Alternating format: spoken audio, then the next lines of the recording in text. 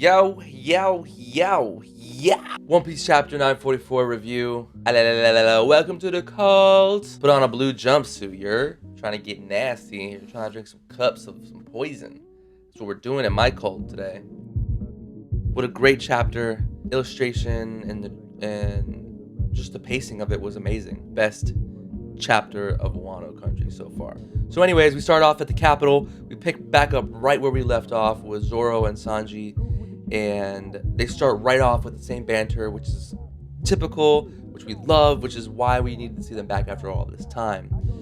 You have Zoro just tossing Toko in Sanji's hand, saying take care of her. Zoro pretty much is the Luffy in this situation, just acting off of pure emotions.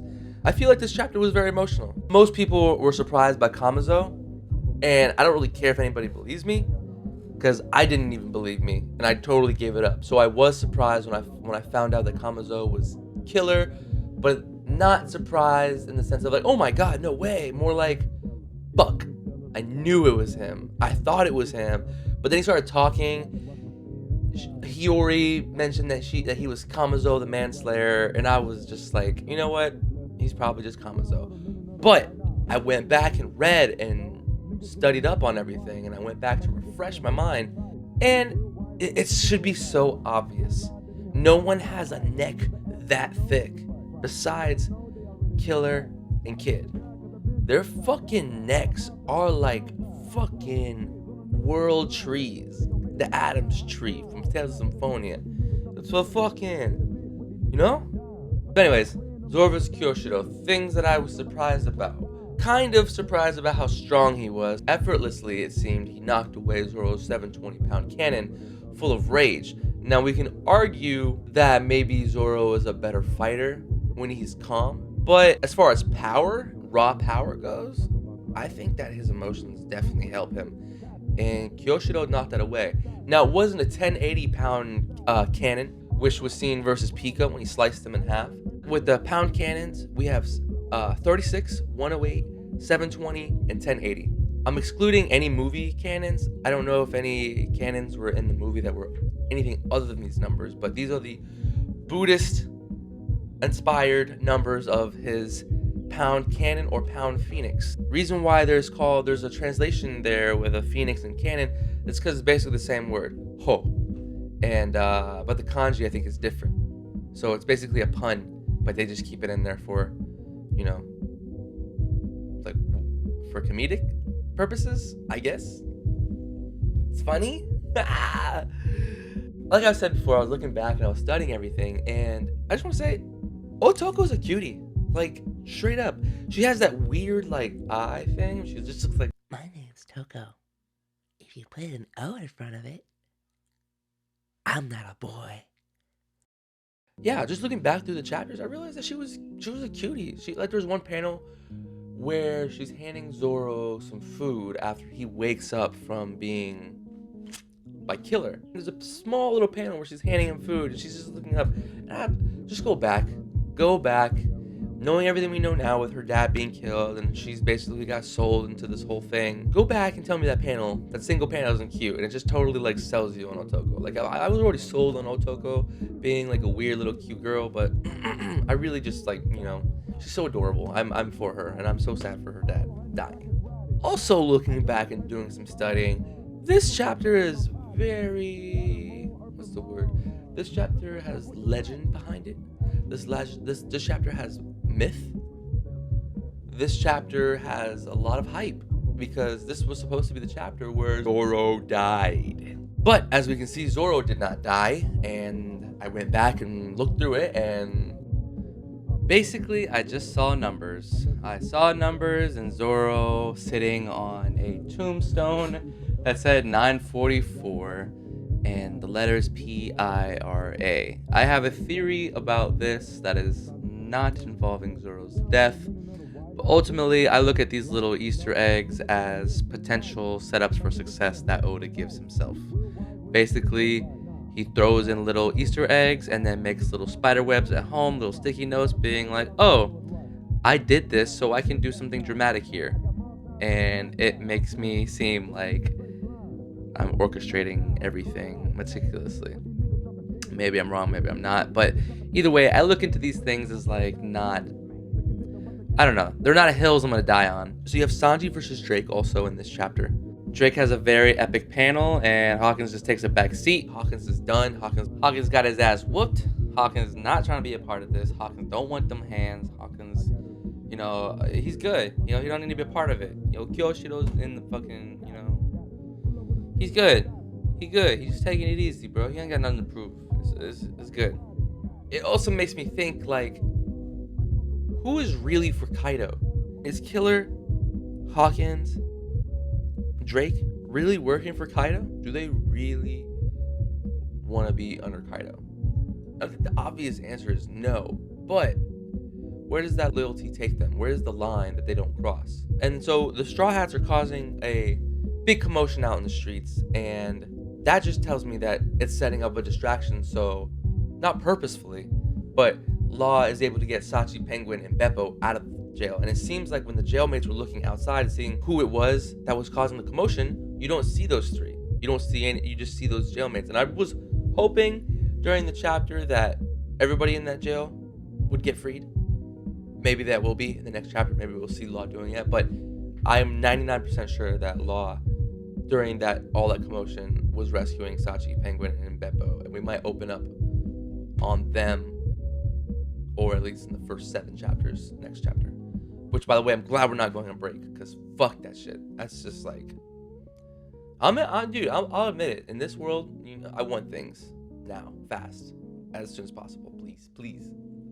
Then we have the Udon prison, which is one of the funniest parts in the manga recently that I've laughed out loud at, is Luffy cheering on everyone, just screaming like, "Let's go, go!" Because you literally have all the Straw Hats except.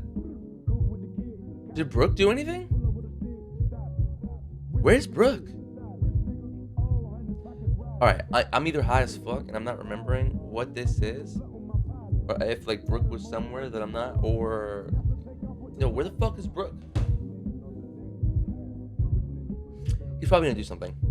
So you open up to the Udon prison. Queen is one of the best villains as well. I like Queen, unless Oda ruins his character. I like Queen and Kyoshiro. I mentioned this in my live reaction, that I think that Kyoshiro is the best villain since Dofi and Katakuri. Arguably Katakuri. I don't know how the community stands on Katakuri being a good villain. I don't know if the community even sees him as a villain. I mean, he is an enemy, but he's not a villain. But is he really an enemy? Like, is it on sight as soon as he sees Luffy? Anyways, Queen and Kyoshiro are being set up to be some of the most, just the enemies with the most depth, which is what we love about them. And Sawyer, you know, he hit it right on the nose with this chapter being a very character developmental chapter. Yeah, we learn about Kid and Killer's relationship. We learn that Kamazo is Killer. Kid, I'm guessing he turns himself in because he wants to be with his partner. That's his boy. That's basically Luffy's Sabo. If Luffy saw Sabo, that's his brother. That's his family. Also, the lips.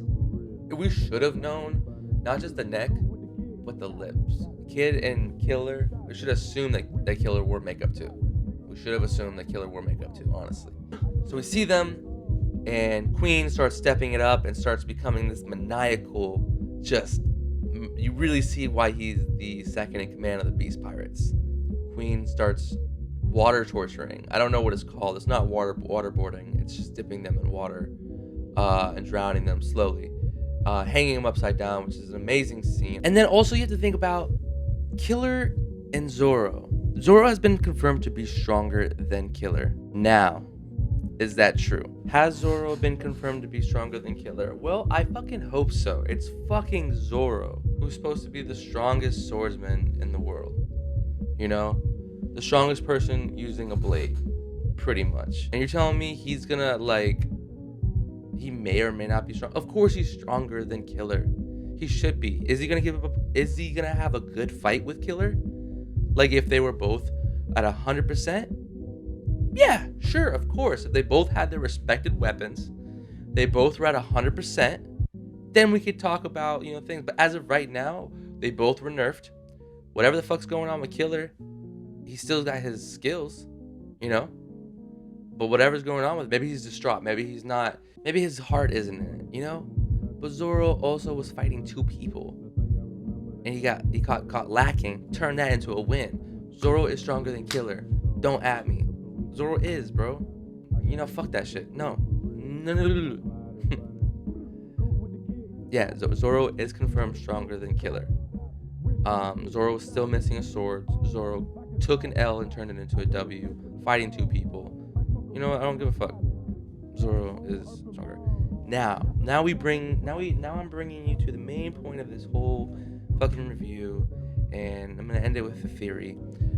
Big Mom's purpose. So people are worried about her being a very convenient plot device just to move the story and to save characters when they need it, i.e. what we're gonna deal with right now. Luffy, Hyo, Kid, Killer. Because basically Kid and Killer will die either way based on how Queen's game is set up. And obviously when the chapter ends with Big Mom just saying, "Oh, Shiruko," and her banging on the fucking wall, you know she's gonna come up in there and fuck some shit up and save everybody. Now my thing is, I don't think it's gonna be that simple. There's a lot of moving pieces here. We have the 5 other, I believe there's 5 or 4 other. I don't remember how many other Udon prison cavern caves area things there are, but there's more prisoners and more areas. Maybe we'll see other famous pirates that we've heard about. Maybe other Supernova. Maybe Scratchman Apu, because you know I don't think Scratchman gave into it. You know, we haven't seen him at all yet. We've seen everybody else. We've been all over the place. So those other prison areas, they're going to be holding some of these other pirates. So that's one piece. Not one piece, but that's one piece of the puzzle. And then you have Caribou, who can hide everybody. You have Raizo there, who's stealthy and can do some covert shit.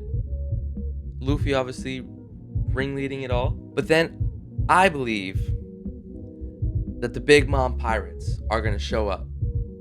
Because where are they? We have been like 10 chapters, maybe more.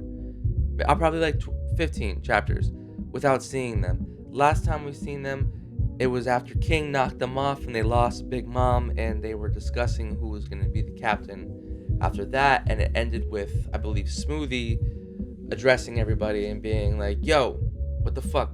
Big Mom's not dead yet. Like, let's get this shit going. Like, where are we going?" So we're dealing with a Yonko crew. A Yonko crew, guys. You know? A Yonko crew is not going to just sit there. You know? A Yonko crew is going to handle shit. They're going to sneak in. If the fucking Straw Hats could sneak in, the Yonkos could sneak in. So I believe that they're going to be waiting, biding their time.